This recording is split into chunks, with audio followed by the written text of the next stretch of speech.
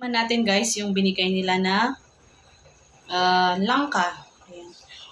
Binigay ito ng neighbor namin. Ayan, may langka sa kabila. So, ito guys kasi medyo ano na to. Ang tawag dito, ang tawag dito, natamnay. Walang lasa. So, ito yung hinog. Ayan, ito yung kakainin natin. Of course, alisin natin yung buto guys kasi pwede mo tong i-boil. Pwede mo rin siyang kainin. Ayan, so let's taste ang ating langka. Masarap.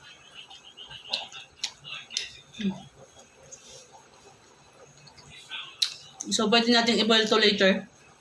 Pag marami tayong ipon. Ayan.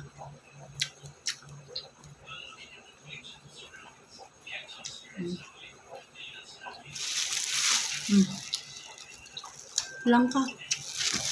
Basit lang dyan to da, pero di ba? Siyempre marami kaming kakain kaya hinatian ko rin si Teo sa taas. Ito, alisin natin guys.